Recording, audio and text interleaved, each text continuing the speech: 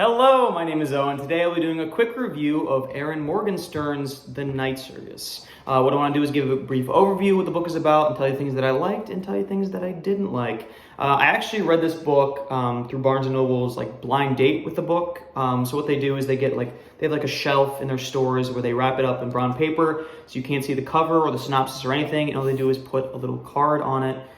This one said, "The circus arrives without warning." So that's the only information I had about the book before I bought it, because they want you to obviously be surprised about the book and not judge it by its cover and stuff like that. So this is the book I ended up with. I knew nothing about it. I think I'd heard of it because I think it was popular. This book is about 10 years old, I think.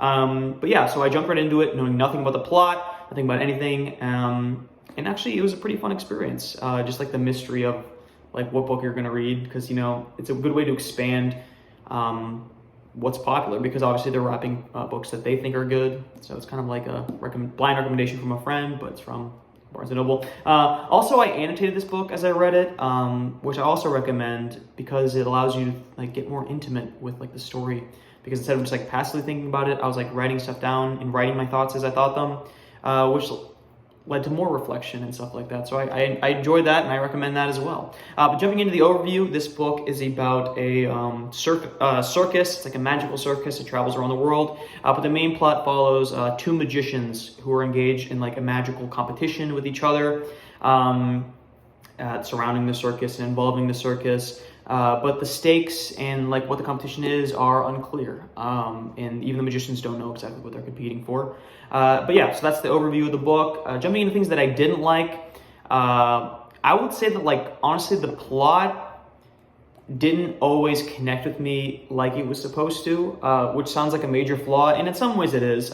This book is a romance. The main characters are in a romance plot with each other, and the problem is one of the characters I really liked in the beginning when they were introduced, but as the story went on, they had certain flaws that were very red flags, and I grew to not like them very much, which led to me not wanting them to get into a relationship with the other main character.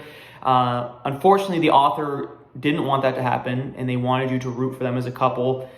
So at the end of the book, in the second half, I just wasn't engaged with the romance plot like I was supposed to, and it is a major part of the characters and pushes the plot forward in a lot of ways, which is unfortunate, because I think if I would have liked them as a couple, it would have been very, very solid. The way it was written is very beautiful. There's a lot of cute moments, romantic gestures and just love, and stuff like that. So if the couple works for you, you're gonna love it. But unfortunately, I just didn't buy the coupling, so it kind of fell flat for me. And also just with how this book is written, and I'll get into that a little bit later, there's a lot of mystery surrounding the plot and character motivation and stuff like that, which led to me being confused, not because the author wants me to be confused, because that happens as well, but because I didn't feel like it made any sense what characters were doing. There's one moment in particular at the end of the book where a character who was mostly a side character is revealed to be more important than originally assumed, and then they do something very dramatic that greatly affects the main characters, right? And they explain their motivations right before they do it, but then after they did it, I'm that even your explanation doesn't really make sense. I don't think it really fit your character, and even though you explained why you did it, I don't buy it. I think it was just kind of convenient for the author to have you do that, which is always unfortunate when you kind of see behind the veil of, yeah, this was definitely written by the author to move us to the next point. So that was definitely a downside as well. But overall, I just wasn't really super engaged in the plot. Overall, where it was going, I didn't really care how it ended, if that makes any sense. But with any other book, that would have been that just means I don't like the book. But I did like this book for one reason: the tone in the atmosphere. I think that this book showed me how truly important that is to the creation of a good book and a good story in general. The author establishes a very mysterious, dark, but almost wonderful tone, and wonderful as in full of wonder. It's kind of not fairy tale, but it's almost floaty and magical, like you like the tone is, if it's a story that you would read to a kid, kind of, but not like in a childish way, but in like a like Brothers Grimm fairy tale type way, where it's kind of dark, but it's also like intriguing in like a mystical, magical way. That's the best way I could describe it. But the author establishes that in the beginning and maintains it perfectly throughout the entire of the book.